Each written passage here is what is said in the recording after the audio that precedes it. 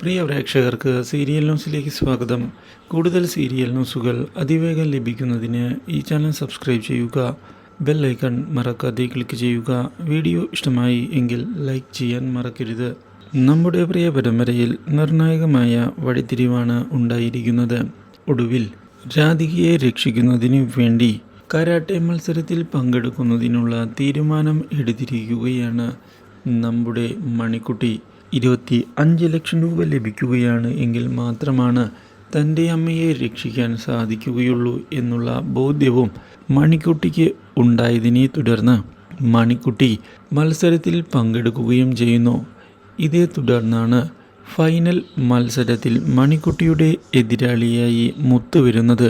മുത്തിനെ തോൽപ്പിക്കാതെ മറ്റു മാർഗങ്ങൾ ഒന്നും തന്നെ ഇല്ല എന്ന് മണിക്കുട്ടി തിരിച്ചറിയുകയും ചെയ്യുന്നു. എന്നാൽ ഇതേ സമയം ഭരത്തും അതുപോലെ തന്നെ ജയയും മണിക്കുട്ടിയെ തോൽപ്പിക്കണം എന്ന് മുത്തിനോട് പറയുകയും എന്നാൽ മാത്രമാണ് വിജയം ഉറപ്പിക്കാൻ സാധിക്കുകയുള്ളൂ എന്ന് ഓർമ്മിപ്പിക്കുകയും ചെയ്തിരിക്കുകയാണ്. പക്ഷേ മണിക്കുട്ടി മുത്തിനെ തോൽപ്പിച്ചുകൊണ്ട് 25 ലക്ഷം രൂപ നേടുകയാണ്. ഇതോടെ ഓപ്പറേഷന് വേണ്ടിയുള്ള തുക മണിക്കുട്ടിക്ക് കണ്ടെത്താൻ സാധിക്കുകയും ചെയ്യുന്നു. എന്നാൽ മണിക്കുട്ടിയോട് മുത്തു തോറ്റത് വലിയൊരു അഭിമാന പ്രശ്നമായിട്ടാണ് ഭരതും അതുപോലെ തന്നെ ജയയും ചിത്രീകരിക്കുന്നത്.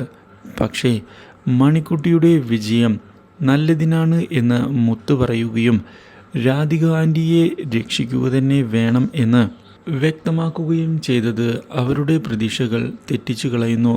Do like, share and subscribe.